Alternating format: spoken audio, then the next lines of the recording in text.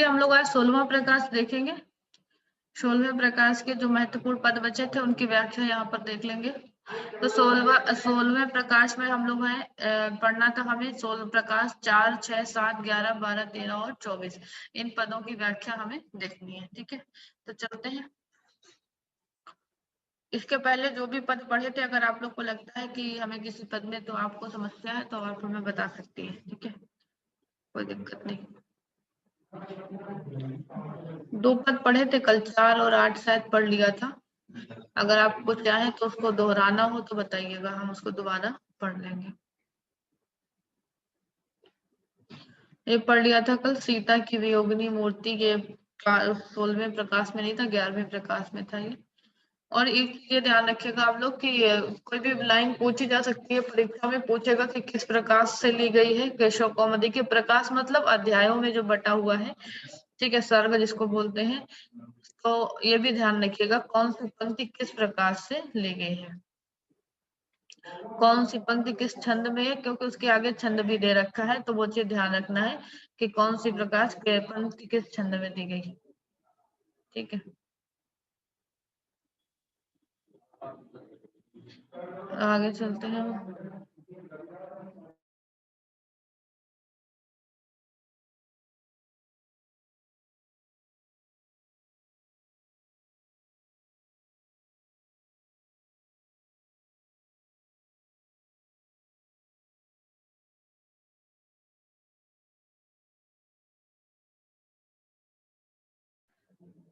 चलिए, यहाँ से हमने पढ़ा था कल, कौन हो पठे हो कौने हो तुम्हें कह काम है।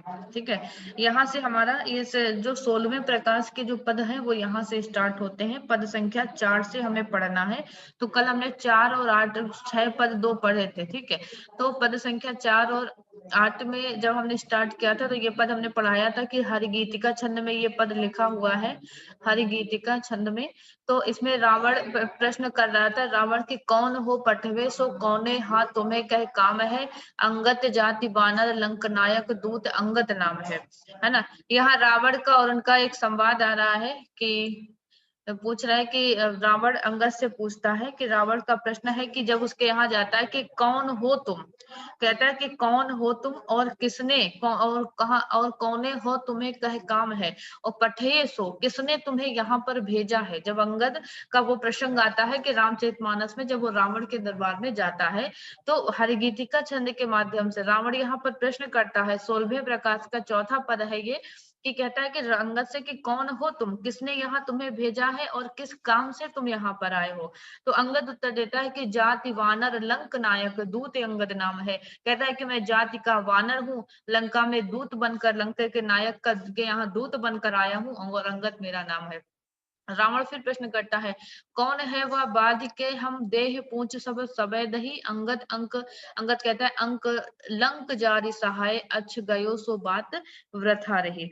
तो आगे जब रावण प्रश्न करता है कि हाँ ये बताओ कि वह कौन था कि जिसकी हमने पूछ जला दी थी, यानी हमने जिसकी पूछ पर बांध के हम सब पूछ सबे दही, यानी उसने कहा था कि वह कौन था ये तो बताओ जिसकी पूछ पर हमने आग लगाई थी, जिसको मैंने जला दिया था। तो अंगद उत्तर देता है, लंक जार सहार पक्ष गयो सो बात वृथा कही।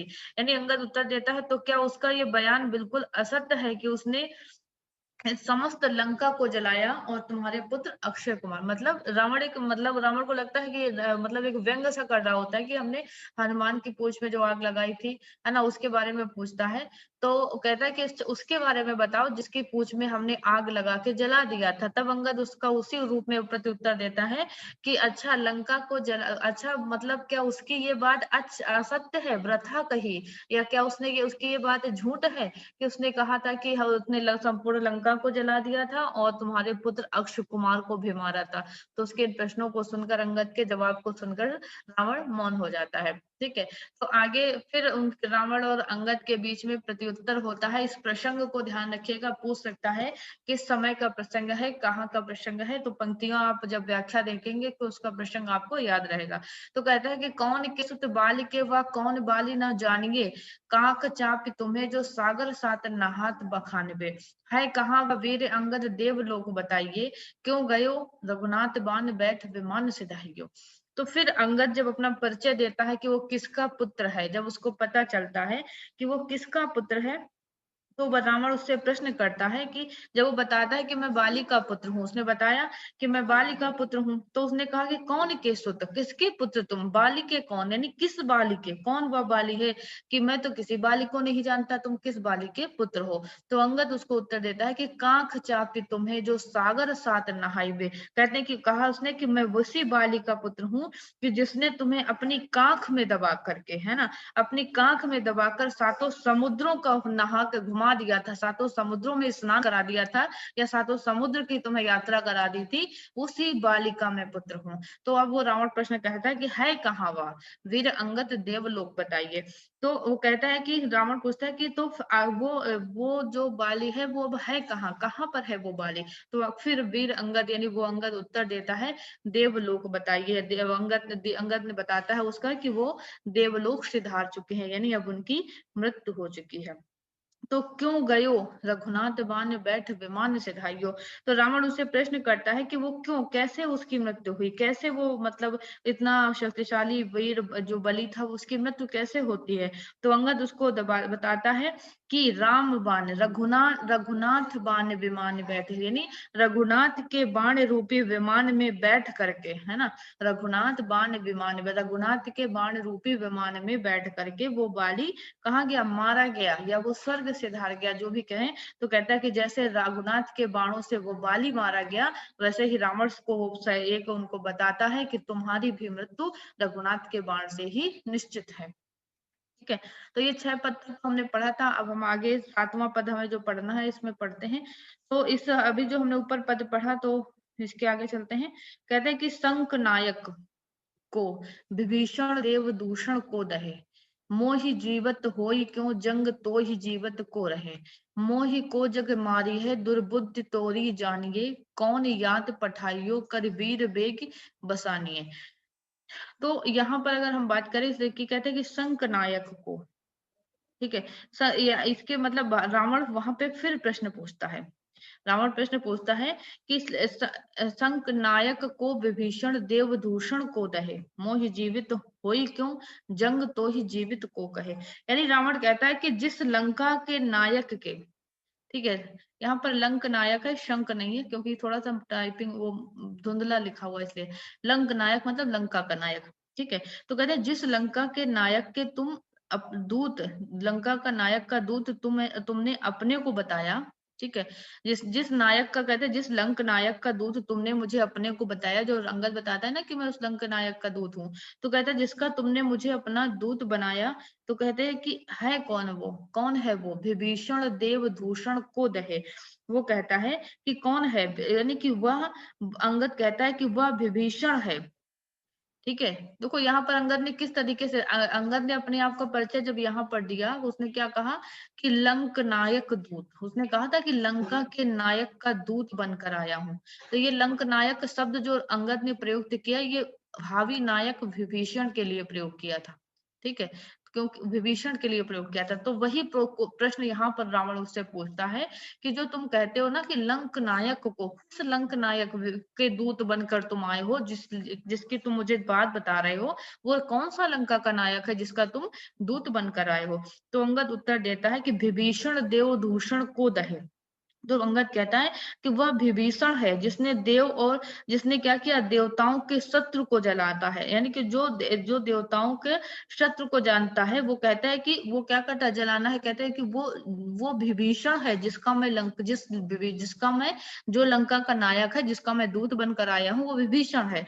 तो आगे कहता है कि मोहि जीवत होई क्यों जंग तो ही जीवत को तहे।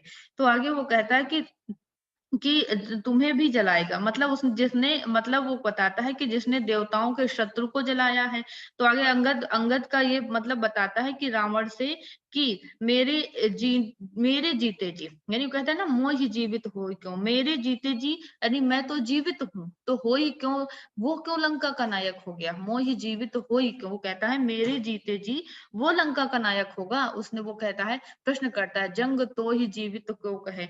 आगे तो रावण कहता है कि तो संसार में, अंगद कहता है कि संसार में तुझे जीवित कहेगा कौन। अंगद उसे बताता है कि तुम अभी तो जीवित हो लेकिन तो ही जीवित कहे कौन, तुम्हें आगे आगे आने वाले समय में तुम्हें जीवित कहेगा कौन, आगे आने वाले समय का ही वो नायक है ना। तो कहते हैं मोहि को जग मारी है दुर्बुद्धि तोरी जानिए, कौन यात पठाइए कर वीर बेगी बसानिए। तो अंगद उससे फिर कहता है कि तुम्हें संसार में जीवित कहेगा कौन, जो तुम कह रहे हो कि मेरे जीते जी वो नायक कैसे बने, तू तो क्या है मृतक के समान है, अंगद उससे कहता है।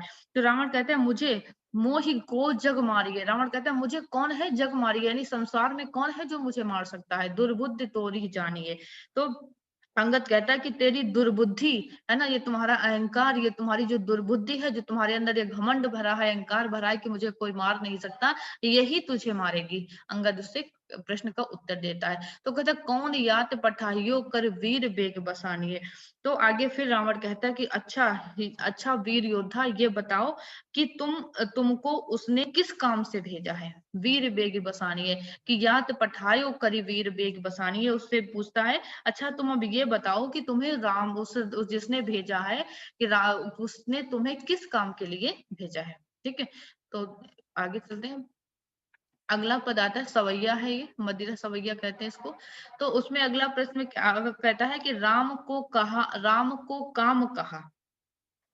राम को काम कहा रिपु जीतहि कौन कहे रिपु जीत्यो कहा, रिपु जीतहि कौन कहे रिपु जीत्यो कहा, बाली बलि छल सो भृगुनंदन गर्भ हर्यो द्विज दीन महा, दीन सो क्यों छिति हत्यो बिन प्राणन है राज कियो, हाय हे ये कौन वह विशरथो जिन खेलत ही तो ही बांध लियो। ठीक है, तो फिर उन्हीं दोनों के मध्य ये संवाद चल रहा है अंगद और रावण के बीच में। तो कहते हैं, रावण पूछता है कि राम राम को काम कहा रिपु जीते कौन कबे रिपु जित्यो कहा। कहता है कि राम ने कौन सा काम किया, राम को काम कहा, राम ने कौन सा काम किया है जो तू उसके वो राम जब अंगद वो बीच में इसके पीछे जो देखो हम पद चूंकि छोड़ छोड़ कर पढ़ रहे हैं ना, हमें जितना हमारी परीक्षा में दिए गए हम केवल उन्हीं पदों को पढ़ रहे हैं। तो हमने 7 पढ़ा, 8, 9 और 10 में इसके रावण और अंगद के बीच में जो आगे की चर्चा होती है आप सभी जानते होंगे, रामायण में पढ़ा हुई होगा कि रावण अंगद अंगद का जब वो पैर नहीं हिला पाता है कोई, तो रावण जब उसका पैर पकड़ने के लिए आता है तो अंगद उससे कहता है कि मेरे मत पैर पकड़िए, श्री राम के पकड़िए जाकर, है ना। तो इसके ऊपर जो पद थे उनका यही जो इसका भाव था ऊपर वाले पदों का, इनका ये कथानक इसके ऊपर वाले पदों में मिलता है। तो उसके आगे जब ये बात आती है तब रावण उससे पूछता है कि राम ने ऐसा कौन सा काम कर दिया, ऐसा कौन सा महान काम कर दिया, कौन कहा रिपु जीता ही कौन कहे रिपु जीते हो, कि जो तुम उनसे मुझसे कह रहे हो कि राम के पैर पकड़ो जाकर के, है ना। तो कौन सा ऐसा काम कर दिया। तो अंगद कहता है कि वे रिपु जीता ही कौन कहे रिपु जीत्यो कहा। तो अंगद कहता है कि वो शत्रुओं को जीत लेते हैं, वे रिपु जीता ही, वो कहते हैं शत्रुओं को जीत लेते हैं। तो रावण पूछता है कि कौन कबे रिपु जीत्यो कहा, रावण कहता है कौन कब किस शत्रु को जीत लिया। रावण उससे पूछता है कि कौन कब और किस शत्रु को और कहा उन्होंने जीत लिया जो तुम उनको इतना महान बता रहे हो और मुझसे कहते हो कि उनके पैर पकड़ो जाकर, है ना। तो कहते बाली बलि छल रिपु सो, मतलब मैं। जी रिपु माने शत्रु होता है, रिपु शत्रु होता है ना, रिपु का शत्रु का पर्यायवाची पढ़ा होगा, रिपु आता है। ठीक है, रिपु जीता ही शत्रु को जीतने वाला। ठीक है, तो वो अंगद उससे प्रश्न करता है कि राम को कहा, राम से जो तुम मुझसे कहते हो कि राम के पैर पकड़ो जाकर, तो कहते हैं कि वो राम कौन है जो जिस वो राम कौन है जिस जो किसने ऐसा कौन सा काम कर दिया जो तुम उसके पैर पकड़ने की बात कर रहे हो। तो कहते हैं रिपु जीते हो कहाँ। एक में एक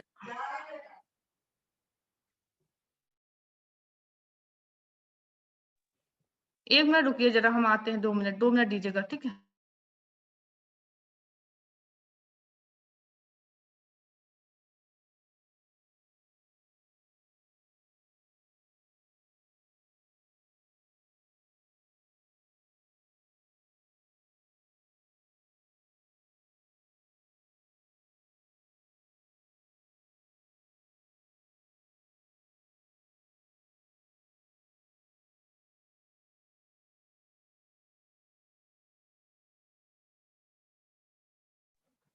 हेलो, चलिए आगे चलते हैं। तो आगे हम लोग कहाँ थे? रिपु जीते ही कौन है? रिपु जीते हो कहाँ के? हाँ, तो उसने कहा कि ऐसा कौन सा काम कर दिया जो मुझसे तुम कहते हो कि उस राम के उन राम के पैर पकड़ो जाकर। तो वो अंगद उत्तर देता है कि रिपु जीता ही, उन्होंने शत्रुओं को जीत लिया। तो कहते कौन से शत्रु हैं, कौन से शत्रुओं की तुम बात करते हो जिसको उन्होंने जीत लिया? तो आगे वो फिर कहते हैं कि बाली बली छल सो भृगुनंदन गर्भ हठो द्विज दीन महा। तो आगे वो बताता है कि जिन जिन जिन शत्रुओं को उन्होंने जीता, तो बताता है, अंगद कहता है कि बलवान जो बली वीर योद्धा बाली था, है ना, उन्होंने उस बाली को जीता, बाली को जीता। और कहते हैं कि भृगुनंदन, तो जब अंगद बताता है उन्होंने बाली से जीता, तो रावण उसका उत्तर क्या देता है कि छल सो। रावण ने कहता है, रावण की जीता तो बाली को, मारा तो, लेकिन कैसे? छल से जीता उन्होंने, है ना। फिर वो कहता है भृगुनंदन गर्भ हतो द्विज दीन महा। फिर अंगद कहता है कि परशुराम, भृगुनंदन मतलब भृगु के पुत्र परशुराम का गर्भ, यानी उनके अहंकार, उनके गर्भ को हरत मतलब हरण किया, उनके गर्भ को हरण कर किया। तो रावण कहता है द्विज दीन महा, रावण कहता है कि वो तो बेचारे कमजोर तपस्वी ब्राह्मण थे, दीनहीन ब्राह्मण थे, इसलिए उनको, उनके गर्व को हरा तो क्या हरा, वो उसमें कौन सी बड़ी बात है, रावण वहां पर कहता है। ठीक है, आगे कहता है दीन सो क्यों छिति हत्यो बिन प्राणन है राज कियो। तो वो फिर कहता है कि अंगद फिर उनसे बताता है कि वो दीन कैसे थे, दीन सो क्यों, यानी वो भृगुनंदन जो परशुराम की तुम बात कर रहे हो कि वो दीनहीन ब्राह्मण थे, तो कहते हैं वो दीन क्यों थे, वो क्यों दीनहीन थे? छित हत्यो बिन ब्राणन है राज क्यों, वो कैसे दीन कह सकते हो उन्होंने, जिसने क्या किया था, समस्त क्षत्रियों को परास्त किया था, है ना, और समस्त क्षत्रियों के राजाओं को एक एक करके उन्होंने इस पृथ्वी विहीन, इस पृथ्वी को क्षत्रिय विहीन किया था, उनको तुम कैसे दीनहीन कह सकते हो? रावण से अंगद कहता है। तो कहते हे हाय हे ये कौन है? वही विसरत हो जिन खेलत ही तुई बांध लियो। तो आगे वो कहता है अंगद की, जिसने रावण, तो उसने कहता है कि हैराज कौन था? हैराज, किस हैराज की बात करते हो? एक राजा की बात नाम आता है कि हैराज नाम का कोई राजा था। कहते हैं कि कौन है हैराज की राज बात करते हो? रावण कहता है। तो अंगद कहता है भूल गए ना, वही बिसरथो, यानी भूल गए, जिन खेलत ही तो ही बांध लियो। कहते हैं कि तुम भूल गए उस राजा को, हैराज नाम का राजा, जिसने खेल खेल में तुम्हें बांध लिया था। ठीक है, उसको उसको राजा को उन्होंने मारा था, किसने? परशुराम के, जो परशुराम ने मारा था, भृगुनंदन ने मारा था। तो कहते हैं उनको तुम दीनहीन कैसे कह सकते हो? तो यानी कि यहाँ पर अंगद हर वो बात उसके सामने तर्क के रूप में रखता है जहां पर रावण, यानी कि रावण ने मात खाई होती है, हर वो बात यहाँ पर वो यहाँ पर रखता है। ठीक है, तो ये इसका 11वां पद था। अगर आपको थोड़ा सा दिक्कत हो, क्लियर ना हो, तो एक बार फिर से देख लेते हैं पूरे पद को। ठीक है, शॉर्ट में, कि कहता है कि राम को काम कहा रिपुजीते कौन कबे रिपुजीतो। रावण कहता है कि राम ने ऐसा कौन सा काम कर दिया जो तुम मुझसे कहते हो कि उनके पैरों को पकड़ो जा करके। तो अंगद प्रश्न उत्तर देता है कि रिपुजीते, यानी कि उसके उन्होंने शत्रुओं को जीता है। कहते हैं कौन रिपुजीत्यो कहाँ? रावण कहता है कौन, कब, कहाँ और किस शत्रु को जीत लिया उन्होंने? तो वो कहता है अंगद बाली बली, उसने कहा था बली बाली, जो वीर बाली था, उस बाली को उन्होंने मारा, छल से उन्होंने मारा। तो रावण उत्तर देता है छल सो, यानी देखो उसी लाइन में उसी जगह पर उत्तर प्रत्युत्तर हो रहा है। तो हमें दोनों अर्थ को लेकर चलना है। हमें लगता है कि एक ही लाइन में एक ही व्यक्ति कथन कह रहा है, लेकिन वहीं पर दोनों का कथन हो जाता है ना। तो उसने कहा कि बाली को जीता, रावण कहता है छल सो, छल से बाली को जीता। फिर अंगद कहता है भृगुनंदन गर्भ हरो, यानी भृगुनंदन परशुराम के गर्भ को हरण किया उन्होंने। तो रावण कहता है द्विजहीन महा, वो तो दीनहीन बेचारे तपस्वी थे, उनके गर्भ को हरा, उनके अहंकार को हरा तो क्या किया, कौन सी बड़ी बात है? तो अंगद उनसे कहता है कि दीनहीन सु क्यों छिते, कहते उनको दीनहीन क्यों कहते हो परशुराम को? उन्होंने छित हत्यो बिन प्राणन है राज क्यों, कहते हैं जिसने इस संपूर्ण पृथ्वी को कितनी न जाने कितनी बार क्षत्रियों के विहीन किया हो, जाने कितने बड़े बड़े क्षत्रियों को जिन्होंने विनाश किया हो, जिन्होंने हैराज नाम के राजा का वध किया हो, तो उनको तुम दीनहीन कैसे कह सकते हो? और ये नाम अंगद ने क्यों लिया? क्योंकि इस हैराज नाम के राजा ने रावण को एक खेल खेल में उसको बंदी बना लिया था, इसलिए उसने इस राजा का नाम लिया। तो रावण कहता है ये कौन है? तो रावण जब पूछता है कि ये है कौन, तो कहता है कि वही बिसरतो, कहते भूल गए, वही राजा जिसने खेलत ही तो ही बांध लियो, वही राजा है राज जिसने खेल खेल में तुझे बंदी बना लिया था। ठीक है, चलें आगे। अगला पद आता है यहाँ पर, समुद्र को बांध कर रास्ता बना लिया। पद संख्या कौन सा था?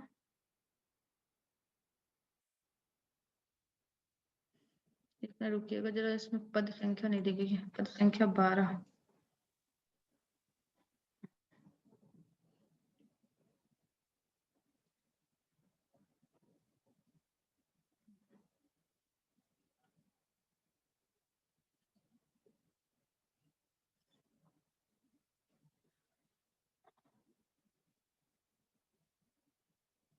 एक मिनट देखिए जरा, यहाँ पद संख्या कौन थी, ये थोड़ा सा सही से आया नहीं है। उसमें कौन सा था? 12 के बाद 11, 12, 13 और 24 था।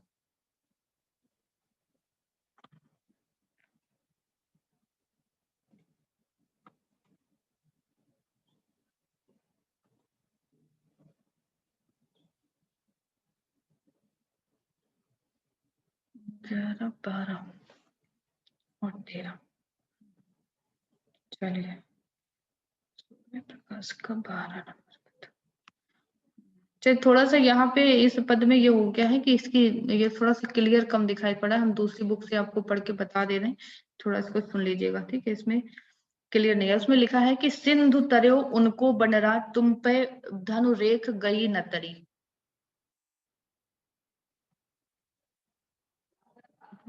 उनको, हाँ वो कहते हैं उनको, ये थोड़ा सा इस पद को हम आपको बोल के सुना रहे हैं। 12 नंबर है, क्योंकि वो इसकी हमें लगता है हमने पिक नहीं ली है। 13 नहीं लिखे, उल्टा हो गया इसमें। तो बताता है कि सिंधु तरयो, ऐसे बताते हैं कि कहते हैं, पद है अगला हमारा कि सिंधु तरयो उनको बनरा, तुम पे धनुरेख गई न तरी। बांधर बांधत बांधत सो न बंध्यो, उन बारिद बांध के काट करी। कहते श्री रघुनाथ प्रताप की बात तुम्हें 10 कंठ न जान परी। और कहते सेलह तोलहु पंच जरी न जरी, जरी लंक जराय जरी। ठीक है। तो ये जो पद हम इसको थोड़ा सा मॉरल पढ़ रहे हैं, ऐसे सुन लीजिए। कहता है, एक पहली लाइन आती है कि सिंधु तरयो उनको बनरा, तुम धनु रेख गई न तरी। अंगद फिर उससे कहता है रावण से कि हे रावण की देख, उनका जो सिंधु तरो यानी कि जो समुद्र के उनका जो बंदर, बानर मतलब उनका एक साधारण सा बानर क्या किया, सिंधु को उसने लांघ लिया, यानी इस संपूर्ण समुद्र को लांघ गया। और उसने, और उससे तुम कहते हो कि तुम खुद की बनाई धनुष रेखा नहीं लांघी गई, है ना। कहते हैं ना, छाड़ दियो, सॉरी यहाँ पे हम पढ़ रहे हैं, कहते हैं कि सुंदर रघुनाथ प्रताप, वो बताता है कि सिंधु तरयो उनका, यानी कि एक छोटा सा उनका साधारण सा बानर, सिंधु तरयो बानर, उनके तुम्हारे उस समुद्र को लांग जाता है। और पर धनु धनु रेख गई, लेकिन तुमसे उनकी जरा सी एक धनुष से खींची गई वो रेखा तुमसे ना लांघी गई। आगे वो कहते कि मादर बांदर बांधद सो न बंधे, उन बारी पे बांध के बांट करी। और आगे कहते हैं कि तुम मेषक तुम कहते बांदर को बंदर को बांधना चाह रहे थे, तुम बंदर को बांधना चाह रहे थे, लेकिन कहते हैं कि तुम उसको बांध भी ना, चाह करके भी तुम उसको बांध नहीं सके। और उन्होंने समुद्र को बांध करके क्या कर लिया, रास्ता बना लिया, है ना। और आगे कहते हैं श्री रघुनाथ प्रताप की बात तुम्हें 10 कंठ न जान परी। वो आगे रंगत कहता है कि तुम्हें श्री राम जी के, यानी कि उनके बल की, उनके प्रताप की बात तुम अब भी नहीं समझ पा रहे हो, तुम अब भी उनके यश और कीर्ति को नहीं समझ पा रहे हो। और तेलहु तेलहु तुलहु पूछ जरी न जरी, जरी लंक जराई जरी। और कहते हैं कि तुमने उसकी पूंछ तक तो तुमसे जली नहीं, यानी तुम तो उसकी पूंछ तक तो जला नहीं पाए। और अपनी, यानी कि तुम्हारी लंक जरा जरी, यानी सोने की तुम्हारी लंका वो जला करके चला गया। और तुम अभी भी राम के पराक्रम, राम के यश और बल पर तुम संदेह कर रहे हो। ठीक है। तो ये 12 नंबर पद था, जो हमने यहाँ पर थोड़ा मिस हो गया, नहीं हम ले पाए। तो 13वें पद पे आते हैं, जो स्क्रीन पे आप लोग को दिख रहा होगा कि छाण दियो हम ही बनरा, वह पूंछ की आगिन लंक जरी। भीर पे अच्छ मर्यो च पिबालक, बादही जाय प्रदस्त करी। ताल किए अरुबिंद बंध्यो, चेतक विक्रम कौन कियो। बानर को नर को बपुरा बल, सुरनायक बांध लियो। ठीक है। तो आगे मेघनाथ कह रहा है कि छाण दियो बनरा हुआ, पूंछ की आगिन लंक जरी। रावण कह रहा है कि मेघनाथ कहता है वहां पर, रावण का यहाँ पर आप ये ध्यान रखिएगा, यहाँ पर ये जो कथन आ रहा है ऊपर लिखा भी है मेघनाथ, है ना। मेघनाथ इस बात का उत्तर देता हुआ कहता है कि छोड़ दियो, हम ही ने उस वानर को छोड़ दिया था। वो कहता है पूंछ की आग ने लंका जली, कि उसकी पूंछ की अग्नि में, अग्नि से लंका से आग लग गई, यानी उसकी पूंछ की अग्नि से लंका में आग लग गई, तो हम ही ने उसको छोड़ दिया था। और कहते हैं कि भीड़ में अच्छ मर्यो जपि बालक बाधे जाम प्रशस्त कियो। और कहते हैं कि भीड़ भाड़ के कारण, जो लंका में जलने से जो भीड़ भाड़ हो गई तो भीड़ भरी, तो कहते भीड़ भाड़ में वो बेचारा छोटा, उसका जो भाई कहता है अक्षय कुमार था, वो बेचारा भीड़ भाड़ में मर गया। ठीक है। और इसी पर वानर ने जाकर क्या कर दिया, और कहते हैं कि और जाय प्रशस्ति करो, और कहते हैं ये इतनी सी घटना थी, और उस वानर ने जाकर राम के सामने अपना गुणगान कर दिया कि हमने तो लंका जला डाली, है ना। और ये कहते हैं कि ताल बंधे और बिंदु बंधो, ये चेटक विक्रम कौन किए। और आगे वो मेघनाथ कहता है कि अपनी बड़ाई उसने पूरे सब जगह जाकर कह दी कि उसने अक्ष कुमार को मारा और लंका को जला दी। और कहते हैं कि उसने सप्त ताल नहाए और समुद्र में धोखे और चमत्कार, कहते हैं कि वो जो उसने कहा था कि ताल बिंधे और उस सिंधु बंधे, और यह चेटक विक्रम कौन किए, बानर को नर को बपुरा पल में सुर नायक बांध लियो। तो आगे वो बताता है कि सप्त ताल नहाए और समुद्र ने, उसने जो कहते हैं कि उसमें कहते हैं राम ने कौन सी ऐसी करतूत कर दी, राम का वो कहता है मेघनाथ कि जो तुम हमें ये सारे ज्ञान बता रहे हो, राम के सामने सभी अपना गुणगान करने लगते हैं। और उसने कहते हैं कि वानर को नर को वपुरा, कहते हैं वो दीनहीन बानर, नर बानर की कौन सी बड़ी बात है कि मैंने तो एक पल मात्र में उसको बांध लिया था, सुरनायक बांध। इंद्र अपनी विशेष, वो मेघनाथ कहता है वो कौन सा इतना विशाल बड़ा बानर था, मैंने तो उसको एक पल में एक झटके में बांध लिया था। तुम उसको जैसे कि जो एक वृक्ष को, लताओं को लोग बांध लेते हैं, वैसे ही मैंने जैसे उसको बांध लिया था बड़े आसानी से, तो तुम उस वानर की कौन सी प्रशंसा मेरे सामने गा रहे हो, यहाँ पर मेघनाथ कहता है। ठीक है।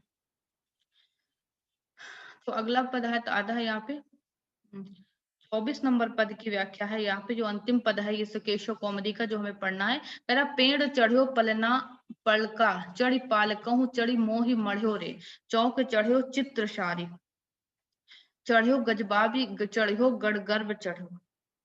और कहता है कि व्योम विमान चढ़्यो रहो, कहीं केशव को कबहू न पढ़्यो रे, चेतन नहीं रही चढ़ चित्त सुचाहत, मूड चिताबू चढ़े रहो। आगे कहता है कि पेड़,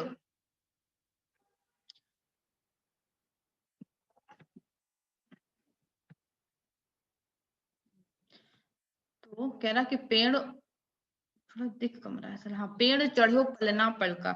तो आगे बताया था पेड़ चढ़ो मतलब गर्भ के में आकर के, यानी कि माता के, जिसको बोलते हैं ना माता का पेट, तो कहते पेट चढ़ो पलका पलका, चढ़ी पाल क्यों चढ़ी मोड़ मोड़ पड़े हो रे। यानी वो कहता है, अंगद अंगद कहता है, यहाँ पर अंगद का कथन आता है कि कहता है कि अरे मूर्ख, वो कहता है कि अरे मूर्ख, अरे जो रावण से कहता है कि अरे मूर्ख रावण, तू क्या है, माता के पेट पर चढ़ना और पालने पर चढ़ना और पलंग पर चढ़ना, और कहता है कि विवाह की पालकी पर चढ़ना, है ना, ये सब ये चढ़ा, और अब तक ही तू मोह में पड़ा हुआ है। ठीक है, बात समझ आई। कह रहा है कि पेट चढ़ो, माता के पेट में चढ़े, पलने में चढ़े, पालकी में चढ़े, है ना, और विवाह के मंडप पर चढ़े। कहते हैं कि ये सारा कुछ करने के बाद भी अभी तू कहता है कि उस मोह में ही पड़ा हुआ है, यानी कि तू क्या है, अब तक तू मोह में ही, मोह पड़े हुए, अभी तक तू मोह में ही पड़े हुए हो। और कहता है कि आगे कि चौक चढ़ो चित्र सारी चढ़ो, गजबाज चढ़ो गढ़ गर्भ चढ़ो रे। और आगे वो कह रहा है, अंगद कहता है कि फिर कहाँ कहाँ वो चढ़ा है, कि बताता है कि यानी कि विवाह के मंडप पर चढ़ा, पालकी पर चढ़ा, अभी तक मोह में चढ़ा, और फिर क्या कहता है, फिर विवाह की चौक पर चढ़ा, और उसके बाद यानी कि उसके बाद क्या किया, स्त्री, यानी कि मतलब स्त्री के साथ तुम रहा, और कहता है कि मतलब रंग महल पर चढ़ा, मतलब कहने का है ना, चित्र सारी चढ़ो, चौक चढ़ो चित्र सारी, यानी रंग महल चढ़ा, और पुनः हाथी घोड़ों पर चढ़ा, गज बजाज चढ़ो, पुनः हाथी घोड़ों पर चढ़ा, और कहता है और गर्भ से और कहता है तू गढ़ों पर चढ़ा, बड़े बड़े गढ़ पर चढ़ा, व्योम व्योम विमान चढ़ो रही, कहीं केसो कबहू न पढ़ो रे। और कहते हैं कि पुष्पक विमान पर चढ़कर पूरे आकाश में घूमता तू फिरता रहा, ठीक है। लेकिन यानी कि मतलब कहने का भाव कि इतने सारे तूने भोग विलास किए, ठीक है, इतने सारे तूने जो भोग विलास किए, तब भी तुम्हें तुष्टि ना हुई, यानी तुम्हारा मन, तुम्हें संतुष्टि ना हुई। लेकिन कहते हैं कि आगे वो लिखते हैं कि चेतन ना ही, चेतन नहीं रे चढ़ियत सो चाहत मूड चिताहू चढ़े। यानी कि वो कहते हैं अंगद कि इतना सब कुछ तुमने कर लिया, लेकिन तुम्हें अभी भी तुष्टि ना हुई। अब तू क्या करे कि अब तू अब भी चेतता नहीं है, तुझे अब भी चेतना नहीं, यानी चेतत नहीं, तू अब भी नहीं चेत रहा है कि चढ़ चित्त सो चाहत मूड चही, कि यानी तू अभी भी नहीं ये चेत रहा है कि अब मरने का समय आ गया, यानी अब तुम्हारा अंत आ गया है। तो अब भी तुम क्या करो, अपने चित्त पर तुम्हारे क्या चढ़ा है, चित्त चिताहू चढ़पो, यानी चित्त पर, यानी तुम्हारे हृदय में, अब तुम्हारे मन में अभी भी अहंकार ही चढ़ा है, तो मरने की अवस्था में मैम लास्ट लाइन नहीं दिख रही है। हाँ, लास्ट लाइन नहीं दिख रही है, थोड़ा सा पता है मैंने कैम स्कैनर से किया था तो कुछ लाइनें थोड़ा सा कट हो गई है लगता है। हम आपको इसका पीडीएफ देंगे तो इसको सही करके देंगे, ठीक है।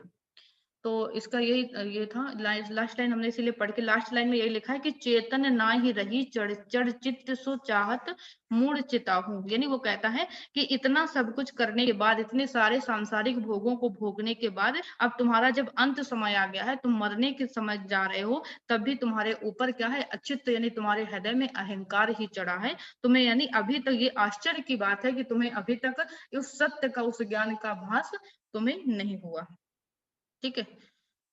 तो ये थे पद जो हमने केशव कौमुदी के सारे पदों को यहाँ पर पढ़ा। और आप में से किसी को अगर